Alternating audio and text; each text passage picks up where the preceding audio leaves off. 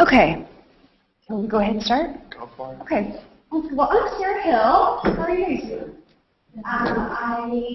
We're writing hacks at the at KMU. I am the writer of news. I also host an interactive program called News 11. And essentially what that program is it's a conversation about you and the news. So not only are we reporting the news, but we're asking for feedback via social media, Twitter, Facebook, and Google Plus as well during this live newscast. The 11 o'clock newscast is a little bit different in that it has a visual back channel and a front channel as well. But our visual back channel essentially is Google Plus Hangouts.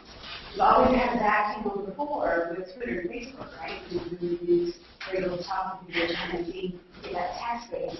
But now via this feature, hey gang, it allows us to have a visual back channel. Talk with the viewer during the commercials, not only talk with them, but when you're reading a news story, you can actually hear the reaction. That's one where we were worried about gas prices in Missouri, the fact that a gallon of gas was going up. So I was reading the story, and then in my other ear, there were two FBs. In my other ear, I heard a reaction from a guy in Australia who said, "My gas is $6." Hi, Chad. Hey, Captain. You guys are only complaining about $6 or 2 to $3 hours. So when I heard him say that, I looked at the way. I got a guy in Australia who said $6 now. So, you can look at a murder story or something like that, and you hear the reaction from what I was saying. It takes a little while to get used to having two of those earpieces in your ear, essentially. You have the producer in one ear, and then you have the Hangout in the other ear. But it's very fascinating to eavesdrop on their conversations during the newscast, just to hear them. I don't know if they know, but I can hear every single, sigh or, whatever. Oh, we know. Whatever reaction they have during the news or the video items that we play, straight to hear the table. And in the future, I'd love to have a way that, I might somehow be able to control when we go to the Hangout because I can hear on the stories that they want to react to because they'll say something or, after we play a viral video or something, it would be great if we could punch them up and have more of their reaction. But it's been really fascinating to hear, finally, after how many years have broadcasters been doing this, that no longer are we somewhere far away in the living room, talking to the audience, but we have the audience right close next to us, either on a laptop, on a news desk, or on a touch screen. We display this Hangout, and essentially a Hangout is a 10-person video chat room. It's kind of like group Skype, but only better. And what makes it better is the fact that it happens within a face-to-face social network.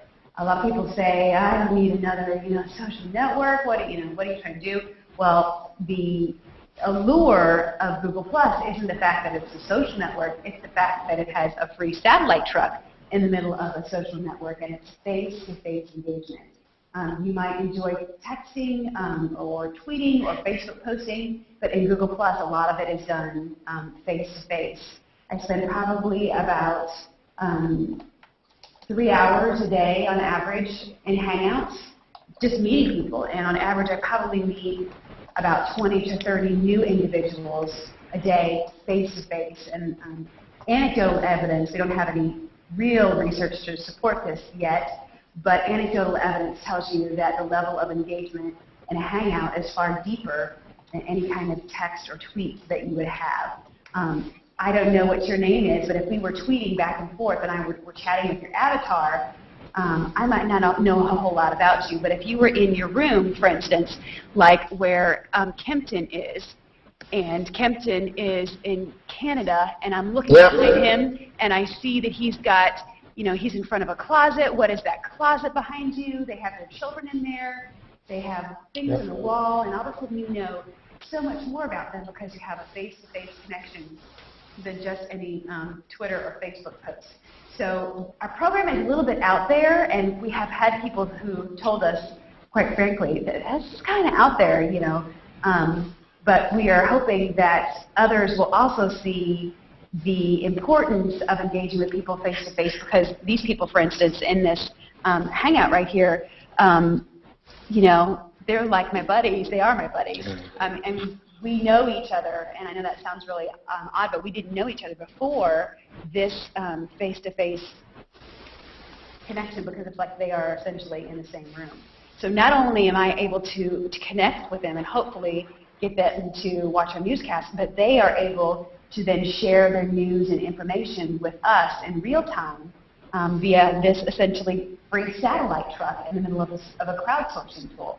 You have the ability not only to put them on the air, but you also have the ability to find them, right? In the aftermath of the bombings in Oslo, Norway last year, we had the ability to find people and crowdsource people from Norway who had experienced the bomb in order to come into a hangout and talk with us. Same thing in the aftermaths of Occupy Wall Street and Occupy Chicago, right? All of those different places where those things were happening, we were able to bring people on. In the aftermath of the London riots, for instance, we talked with somebody who was a law enforcement official there about what it was like in the aftermath of the London riots and how they used social media in order to try to keep the London riots from spreading. All kinds of different things. Hangouts are also mobile. You can't join a hangout, an on-air hangout via a mobile device yet, but a regular hangout that you would open, you can. The difference between an on-air and a regular hangout is the fact that this on-air hangout is also streaming, live streaming within Google+. When Google+ first started, we kind of had to have a two-step procedure. We would open a hangout, but then we also had to live stream from that device in order to put it on our website or order to put it in a place where everybody can see it, not just the 10 people who are within the hangout. So that step has now been eliminated with a device called Hangouts On Air. And essentially that's what it is. You are broadcasting within the stream, and that's why this particular network is a broadcasting platform, because not only are we doing it, but Kim has an on-air account. Who just joined us? Kempton has an on-air account as well. So they are also doing shows within the stream of Google Plus as well. So this has a bright future as far as broadcasters. And everyone who in this room is smart to create an account, join it, and not only create it, but explore Hangouts. Join them, join public Hangouts, and get to meet fascinating individuals. I want to start with Chad Lafarge.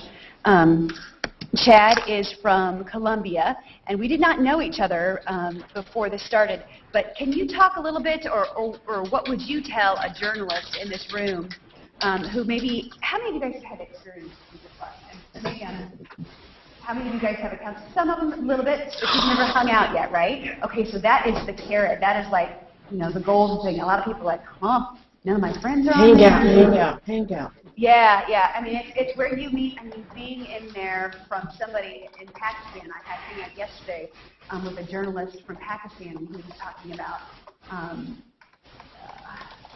the Taliban and just all kinds of fascinating stuff that you would never, you know, get from anywhere else. We had a hangout today. There was a guy in there from Baghdad. Yesterday, I met a woman who was a plasma physicist, a laser plasma physicist. You know, I mean, just the people you meet are just incredibly fascinating. So, okay, Chad Lafarge, what would you tell a journalist who's watching this and perhaps hasn't stuck their toe in the water as far as Google Plus goes? If I had a room full of journalists, what I would tell them is that I used to not care about local news at all. I used to feel completely disconnected from my local community, and then sometime around September last year I started seeing this happen, and all of a sudden I was able to join the conversation. I was able to plug in. I felt like I was a part of something. I could change somebody's mind by talking about issues that they were talking about in the news, and that kind of engagement was hard to find for me before, but now I'm a news junkie, not only with Sarah here, but all over the nation. I'm hanging out all the time. I'm talking to new people, meeting new people everywhere. I'm more a part of my community than I've ever been, and I bring my community out into the world more. Well, I think we're all kind of ambassadors of our community now when we go out and do this with various newscasts and plug into these other areas. Kempton, tell people where you're from and how you've seen Hangouts benefit journalism. Yeah, I'm from Calgary, Canada, and I echo what Chad said. I feel like part of a worldwide community now. And I think, again, Sarah is a perfect example of seeing her own network or her circle growing. And in a sense, Google Plus has the network effect. The more people you know, the more trusted, the people you can trust, then you get, in a sense, people from around the world, from India, me from Canada, many people from Canada, different part of the States and people from France and whatnot, to bring in their perspective to tell a story. Kim? I have found that Google Plus has taken me to places that I never would have thought I'd been able to go. I've been featured in Hangouts. I've been interviewed by different people. I've even had the opportunity to be a commentator on different topics on news shows that are not even in Missouri. I was able to give a commentation on a news show out of LA, and one of my friends on Facebook said, "Hey, I saw you on my local news," and that really blew my mind. What I have found is that Sarah brought the love of news back to me. Because before I met Sarah, I was just like, news? What's that? It has awakened the thirst in me to see what's going on in my world, not only my local world, but my national and international world.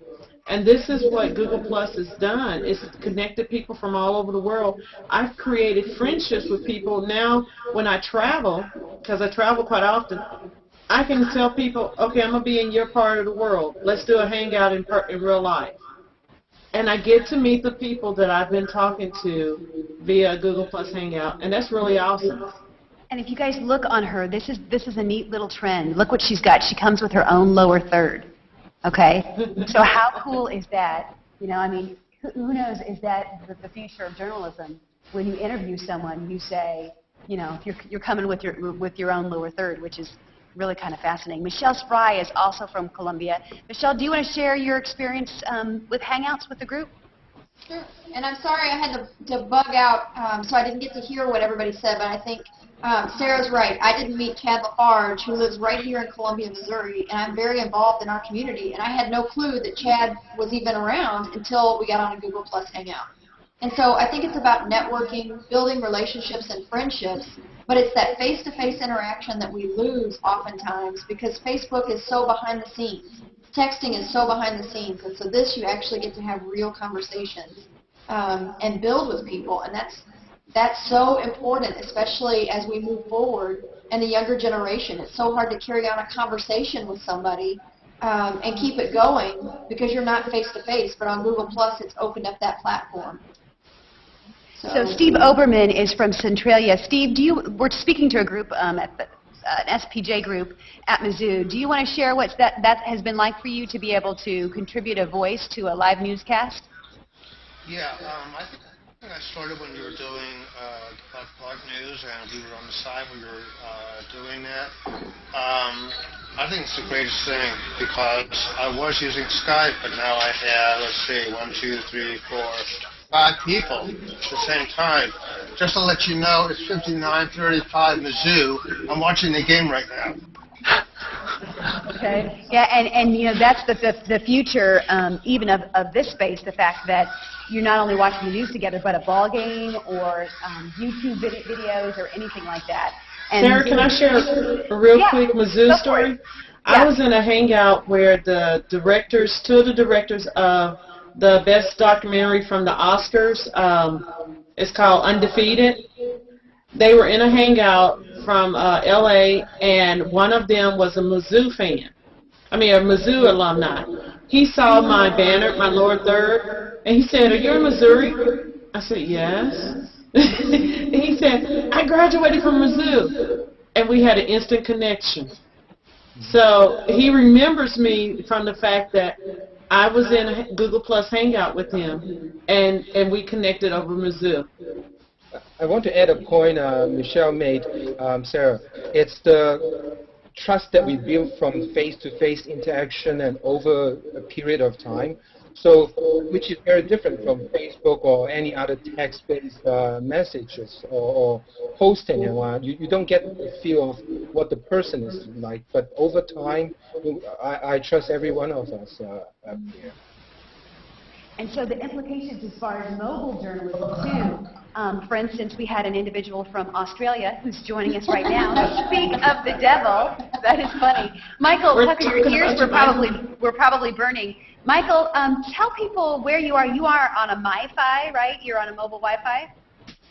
I'm on my iPhone as a mixer at the moment, and I'm also just a bit mobile too.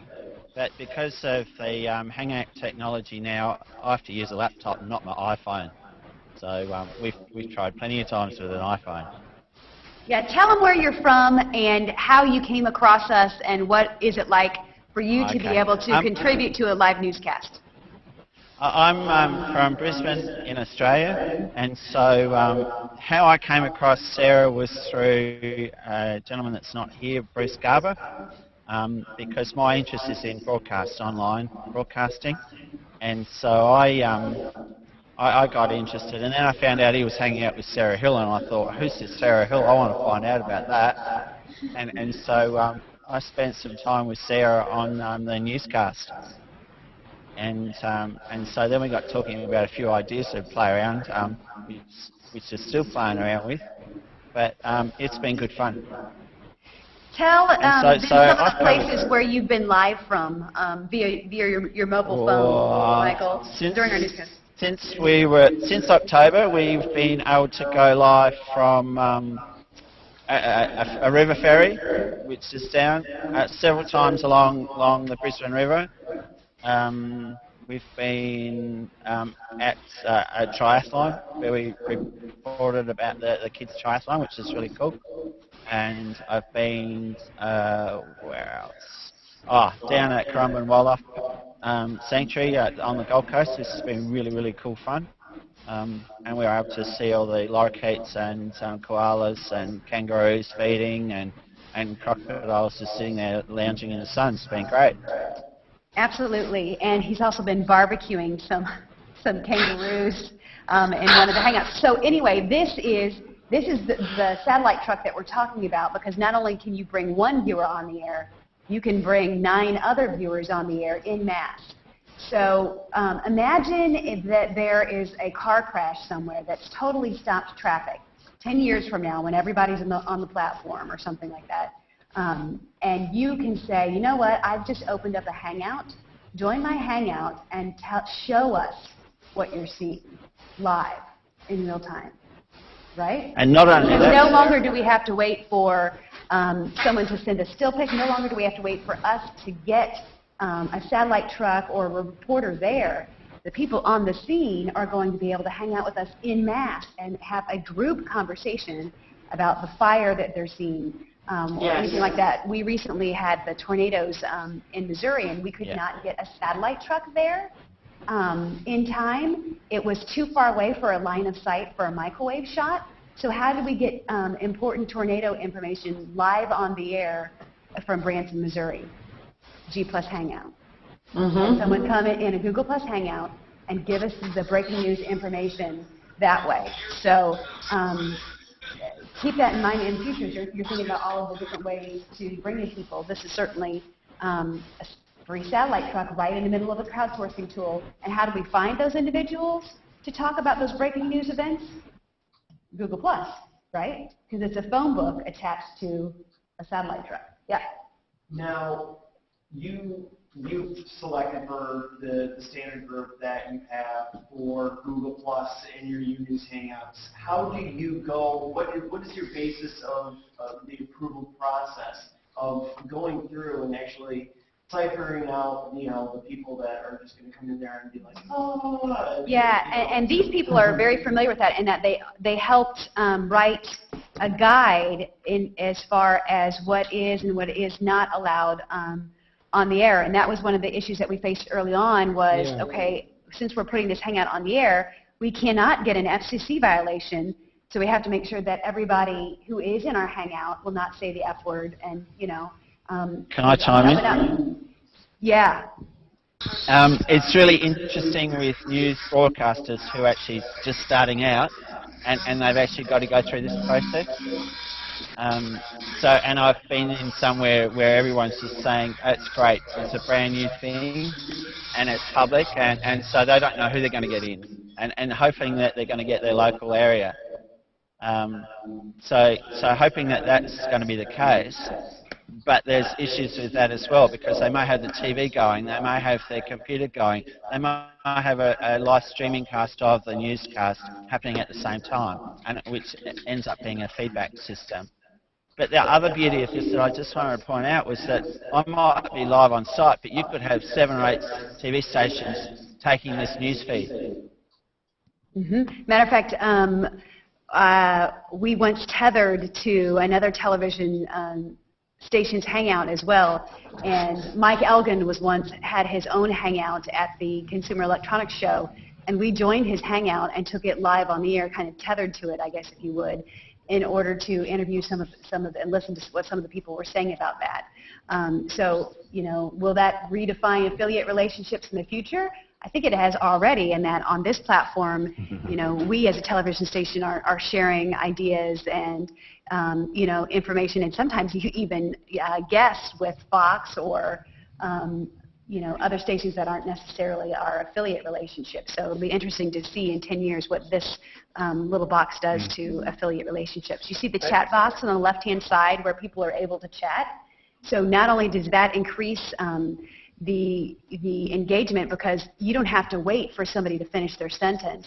You type it in the chat box, and you can have like a bunch of different conversations going at the same time. It's fascinating to be in this space with software developers or coders when they're trying to come up with like a new idea or something like that, and just to see where all of the magic is happening, not in the verbal conversation, but all of the, on the left-hand side with the chat, that is where really a lot of the business is getting done, which is kind of fascinating to see.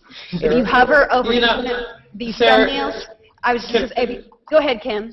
I was just going to also make note, in the early days, how we had 2 newscasts going on at the same time in the same Hangout, where it was your newscast with Angie, and then Eric had his newscast going on. So we were able to listen to 2 different newscasts from 2 different states in the same Hangout. Yeah. And Sarah, I want to add a point.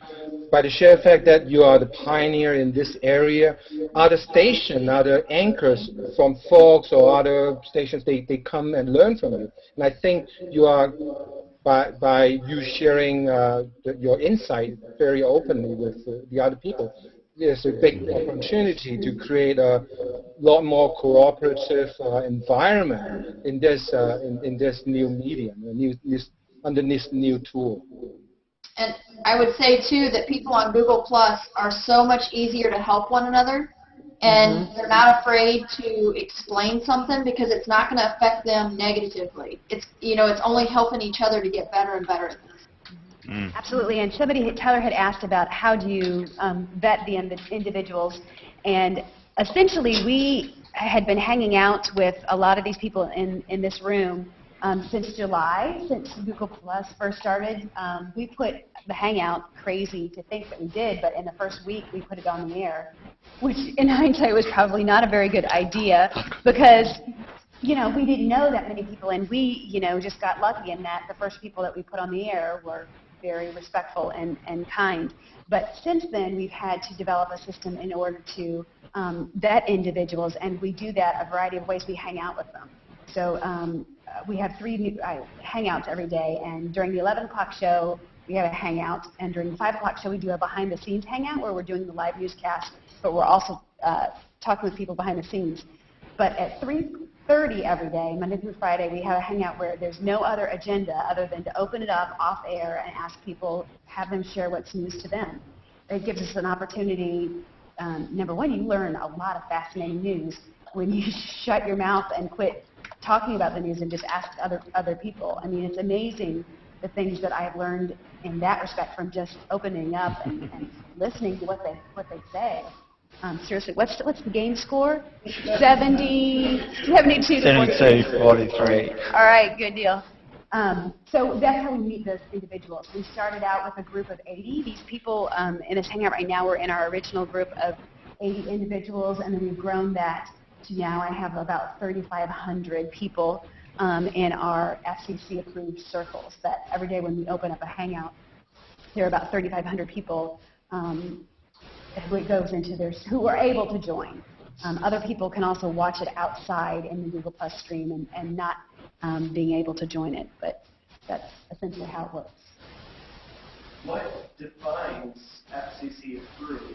I mean, I know that people can join in and, they can behave at one point, but what is to prevent them from going off the wall at another point in time? Sarah, can I take that, Sarah? Yeah, go ahead, Kempton. Yeah, the short answer is nothing. But then think of it this way. I think we are building a long-term relationship here. By the sheer fact, first of all, it takes a while for Sarah to put us into her quote-unquote FCC-approved circle. But then it's just like any friendship, any trust. It doesn't take much to break it. And once you make a fool of yourself on air, then, well, Sarah not trusting you or him or her afterwards is kind of expected, right? So, yeah, that's my take on that. Yeah, and basically it's there's no written rule. It's that you hang out with somebody and you learn about them and know whether or not they would be able to conduct themselves okay in a hangout. And it's not just whether or not they would do something inappropriate. It's, are they lit well? You know what I mean? I mean, you have to be able to see them in order for, is their internet connection strong enough that I would be able to put them on the air? So those are some considerations as well. Now, obviously, the FCC does not regulate Hangouts at all, but since we are putting it on air, we have to be mindful and respectful. Now, Hangouts On Air also have decency guidelines, if you will, in that there are copyright issues involved, so you can't have any music that you don't own the rights to. So anything you don't own the rights to, you cannot put within that hangout. But we have rules like no smoking and no drinking as well. And sometimes people come into a hangout and they're so comfortable, it's like, oh, I'm in my living room, that they light up a cigarette or something, and it's no big deal. We just tell them, hey, this is a no smoking flight, and they're usually very understanding about that. But little things sometimes they're a little more comfortable than that too, Sarah. Yeah. I honestly haven't had really any problems with anybody saying anything. Knock on all of the wood that I have everywhere. Inappropriate, live during a newscast. I probably know and I've the circle run that it's there. open to is smaller during U-News than it is for our behind-the-scenes hangouts. Our behind-the-scenes hangouts are open to all of our 3,500, but our 11 a.m. U-News is a little bit of a smaller circle. Yep, Chad, were you going to say something? No, that was Michael trying to get it. I was just chiming in. There's probably a couple that we've come across that we've had to say, see you later, across the board. But there's two out of how many? And you'll find that since it's them, they're not chatting behind an avatar or a profile picture that they don't have anything to hide behind. They are them. And if you come into a hangout and aren't respectful, people are either going to block you or they're not going to, want you in your group. So it's kind of almost auto community policing in a way that they are naturally respectful in that because it is the reality of them, their reputation. Sarah, can I say something about the blocking? One of the things that when you're on Google Plus you have to be aware of is if you block someone, that means that they can't be in the space that you're in. So if you go in a Hangout, they can't enter. If they get in the Hangout first, then you can't enter. So the blocking feature, I always, encourage people to use it wisely, not to use it as a means of separating you from someone that gets on your nerve. That's not a good enough reason to block. Because you can keep yourself out of Hangouts if you block someone, and they can keep you out. If you hover on each of those thumbnails, you'll see that there is a mute button where you're able to mute, and there's also that block button as well, that no sign. I won't click it on Michelle's Spry, but do you see right there, that right there? So if I were to click that, it would then block that. There are also interesting features such as, like right now they have the dog face going on. Dog face. Dog face. And then there's, there's cat face. You see? Yeah. Michelle Spry has, for some reason, a really big dog and cat face. I'm not sure what it is. But we anchored the news one night with a cat face, and it was kind of fun. I'm a little angel. Yeah, so there's all kinds of different features in there, icebreakers, which are really, during Christmas they had a reindeer nose and all kinds of things. But November. Stuff like that you can play with that allows you to get to know some of the different people on the platform. And that's part of the purpose of those, too. They introduce that feature so that it would be something that new people who come in, they can hide behind a mask, they can do a fun thing that everybody can giggle about. And it takes away all the fear of being there. You're just a little devil. little devil. So what are we looking at, like, if there was somebody that came on there and was completely obscene and, let's just say, See my halos floating high. And back to higher channels of power and back to you. Take care, Michael. We saw what happened, and we could not. There wasn't that bleep time. Well, you don't have bleep time on a microwave shot live from a breaking news event either. Yeah. If you think about it, these guests who join our Hangouts are more vetted than you arriving to the scene of a breaking news event or going live from a mall and just interviewing somebody who you met just moments ago about whatever. So are the consequences pretty much the same as if you were doing a microwave shot compared to Google Plus, or would they just say, well, sorry, you lost your Google Plus privileges, thanks? Now I'm not sure how Google would deal with that, but for an on-air broadcast, there are words that have gotten on the air accidentally, and it's not like you automatically lose your FCC license or anything like that. There's a process, and there's a whole bunch of paperwork that you have to fill out and everything.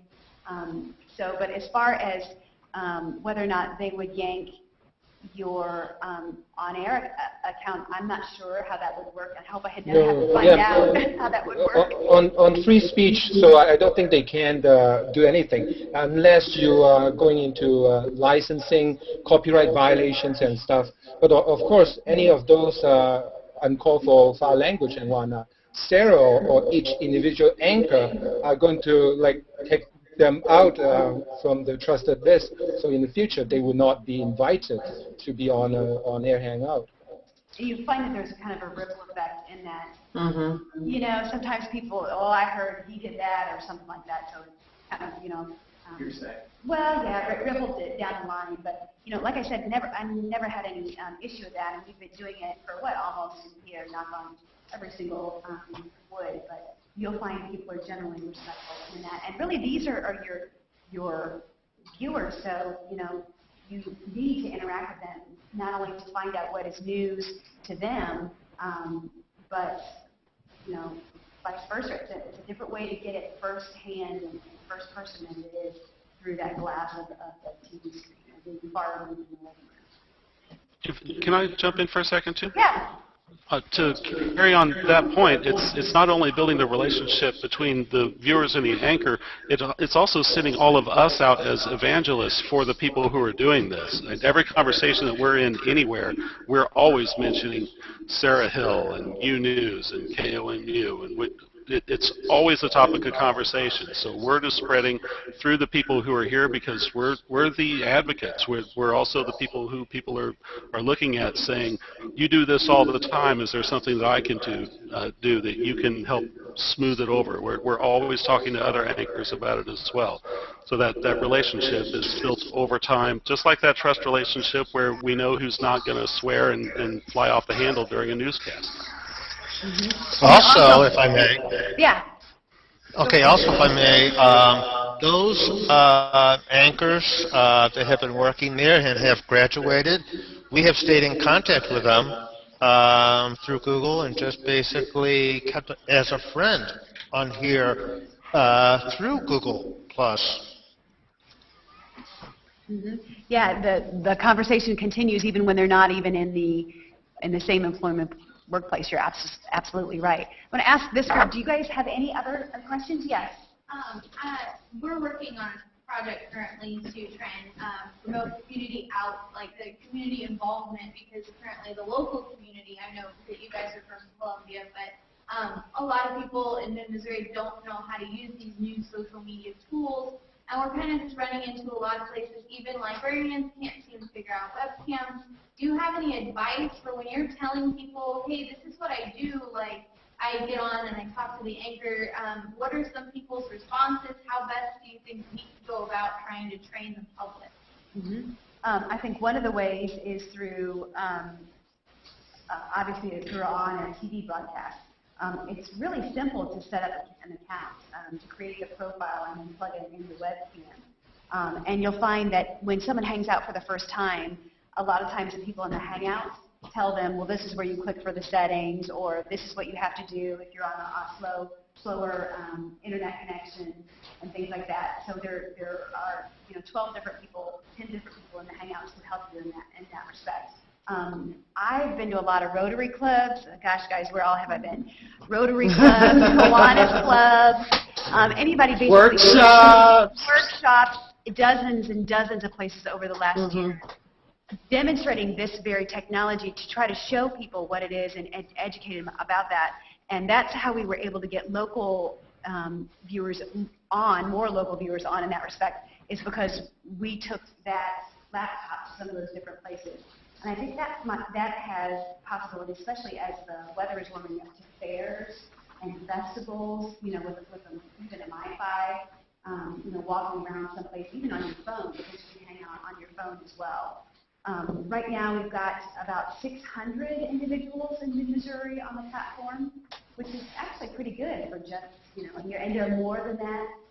We need to go out there and find people on Plus and get more of those Missouri viewers into our circles as well. But it's like anything else. When Twitter first started, it wasn't an instant success. It was started out with a certain group of people, then it eventually grew and grew. I think what's going to make this platform grow is this, very feature right here, and the ability to have that face-to-face connection. But if you guys have any ideas, or you all have any ideas as an answer to a question, I don't know if you guys heard her, but she was looking for ideas to get more. I think personally it's a matter of trying it once. A lot of people just don't understand. And once they hang out in a safe environment, just like on Sarah's Hangout or one of the people from Channel 8's Hangout, it's a very safe environment where you're not going to feel unwelcome, I guess. And once they do it once, they understand the concept behind it, that there really is that face-to-face interaction. We can carry on our own private conversations on the stream that nobody else sees, so we can keep in contact with each other while other things are going on. And so then it just takes off from that point. The Hangout can be Another thing you can do is have hands-on workshops where you're actually going out into the community and bringing people into these workshops and letting them try the actual things that you want to train them on. Remember And if I may, basically TV Plus can also be used in social services areas where people that are far away from each other can talk to each other and 50 miles away. Kempton, you and were talk saying- about their Yeah, I was going to say talk about the their Hangout. illnesses or something. I was going to say the Hangout can be as close or as wide as you want, right? The closest Hangout could be just to your father, your mother, like your close relative, or could be could be on a wider circle, like in Sarah's case on one of the TV Hangout, or it could be open to public. And if you are not comfortable, you don't have to make your Hangout open to public. Do you notice on the thumbnails underneath there, can you see how there's green bars underneath them? Those are important because sometimes when you have a buzz on the line or you hear some kind of ringing or echo, you can instantly, I look at those thumbnails underneath all the time and I can tell, yeah, see how see the green bars? So if that were happening, I would go over and I could mute Chad during a broadcast to figure out where it's coming from. Yeah, heavy typists are fabulous too. Yeah, some of the people who hang out a lot use silicone keyboards, keyboard covers in order to muffle the sound of their typing, and that actually is quite helpful in that respect because you hear a lot of typing in Hangouts, and you might have heard it there when you were talking, and it doesn't sound like you're typing really loud, but it projects because it's coming right out of your microphone. Or even like squeaky chairs, things like that. During interviews, we've been interviewing somebody, and somebody has a squeaky chair. I'm looking at Chad the Parch because it was you, Chad. I know, it's always me. No, I'm kidding. But so you can tell where those different sounds are coming from, and then you can use them in that respect. Yes. So I'm curious. I personally, want to get better with Google Plus, but I want to mention that I also, I subscribe to you on Facebook and I follow you on Twitter, and I see you're pretty active on those as well. So are there things that those networks still do better than Google Plus, and that Google Plus does better than them other than Hangouts? Well, it'd be great to put it all together in one great big package. Obviously, the majority of our viewers right now are on Twitter and Facebook, right? So I have to have a presence wherever our viewers are and wherever those news conversations are happening. We've got to be there. So we're on those 3 different platforms. Obviously, news breaks a lot on all 3 different platforms, but right now you find primarily Twitter. Why? It's because it's text-based, short, to the point in that respect. So, how will, in the grand scheme of things, these different networks shake out? Will Twitter be viewed as the place where news breaks? Will Google Plus be viewed, who knows, as a place where you talk about the news that's breaking? Will Facebook be the place where you post pictures about the news that's breaking? I mean, I don't know how it's all going to shake out, but I do know that right now we have to be on multiple platforms, not just this one, because those where the conversations are happening on all platforms, so you need to be everywhere. I call it kind of like a news buoy, if you will, and that we float between multiple platforms, not just our on-air big stick in the ground. Yes? I didn't know about Google Plus Hangouts. You didn't know about Google Plus Hangouts? No, before that. Where are you from, by the way? I'm from Turkey, but I'm in. And we have a lot of people from Turkey, actually Turkey and Tunisia as well, who hang out. I was wondering right now why you guys would have with the portrait in Spain. Yeah, absolutely. And I tell a lot of people that, live tweeting, I think this is going to really change live tweeting in that it's not going to be any more live tweeting from the breaking news event. It's going to be live hanging, right? They're going to be opening up their mobile phones.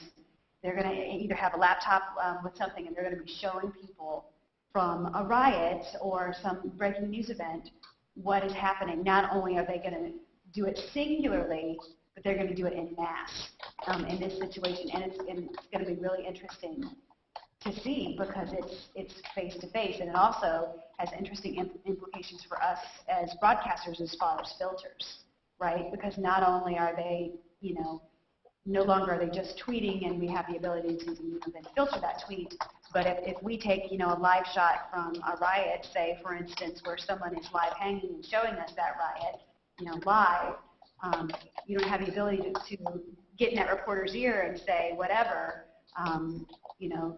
their viewers, and they might not have the ability to censor some of that stuff. So all kinds of different implications for broadcasters and implications as well with the fact that it's not just us who aren't the only ones with the ability to broadcast, right? Everybody does, and that's part of Google's goal is to allow anyone in the world the ability to broadcast. So all of a sudden, with broadcasting, we aren't the only ones who have that signal. There are others as well. And I think that only enriches the conversation. Yep. How do you see Google Plus evolving? I guess how do you see it changing journalism? Like I can kind of foresee evolving a structure that maybe there would be a program that's 24 hours a day where there's someone anchoring and then it's breaking news. Like you said, like there's a fire or something. Someone is in the Hangout is reporting. I guess the fire, but it can just be anyone. Doesn't have to be reported. You see that? Like, how do you think that will change journalism? The idea of anyone can be a journalist when it comes to like. And I think there is already that. I mean, user-generated content. I think the term user-generated content is even a bad. I don't know that I'll necessarily agree with it because it's not just user-generated content, right? It's any content that we would get from any source. If you gave me a quote or something like that, we wouldn't call it user-generated content. But I think you are correct in that we will see perhaps people who are presenting the news might not be some lady with big hair and some shiny glossy person anymore. I think that this space brings real interactions and it's going to really change our business not only with our ability to tell the stories but the people that are telling the stories as well. I think that's going to change too. When you have 10 different people with the ability to bring you a breaking news event. Mm-hmm. Do you guys have any wisdom you want to impart on these young journalists? Go get a Google Plus account and create it now so you can hang out with us. Exactly. You know who we are. It's like another tool in your toolkit, right? It's in the past you have a pen, you have a typewriter, maybe you have a camera or you have a video camera. Now this is a brand new tool that I think every one of you should actually go out and get and use. Not just get an account and not use, because that's not really our law. It takes time to build your people in your circle, people that you can trust or get. Yeah. Live and it kind of comes with its own instruction manual because, one of the reasons why everybody is such a diehard Google Plus advocate is because when you sign on, you see all these people sharing all this great information. And you can ask anything, and somebody's going to spend 20 minutes crafting a long, thorough answer that solves all of your problems, that everybody in that environment shares. Sarah is, while she's a pioneer in this space, she's also following the rule. There are the Trey Atcliffes of the world. He goes around and does at Hangouts where they have photographers talking about the technique that they use. They do photo walks. Everybody shares what they know there. So don't be afraid to go on there. Somebody's going to help you with your questions.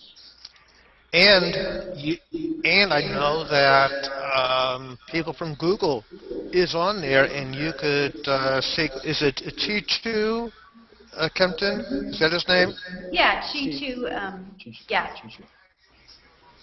Yep, absolutely. Yeah. And not only that, but all of the different items that are happening in the space that don't relate to journalism. They've had underwater hangouts. People have gotten married in hangouts before. They're using virtual photo walks to bring the world to people who aren't able to get out of their homes. So what this technology is doing right here is reducing the physical space between us, the global space between us. In fact, Hermione calls it global despatialization, essentially, what it is. So. Sarah, it's kind of like the same thing where multitasking. You don't have to leave your home or wherever, and you can make your meetings or you can make other appearances that you have to be without really having to leave. So it allows more flexibility, I think. Yeah, and when people are watching the newscast, they're not just focused on the newscast. They're either at their home or their office or they're doing something else. And they're just like it is a TV. So, I mean, that's the thing about hanging out. You don't have to be laser engaged on what's going on. You're just, you're hanging out and you're doing other things, but you're also doing it with the group involved there.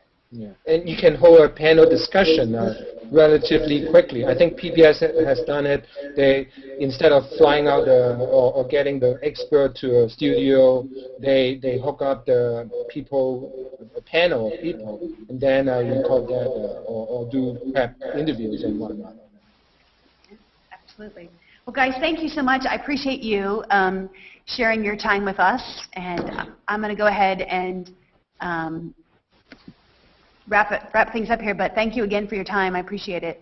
Bye, guys. Bye. Take care, guys. Have fun.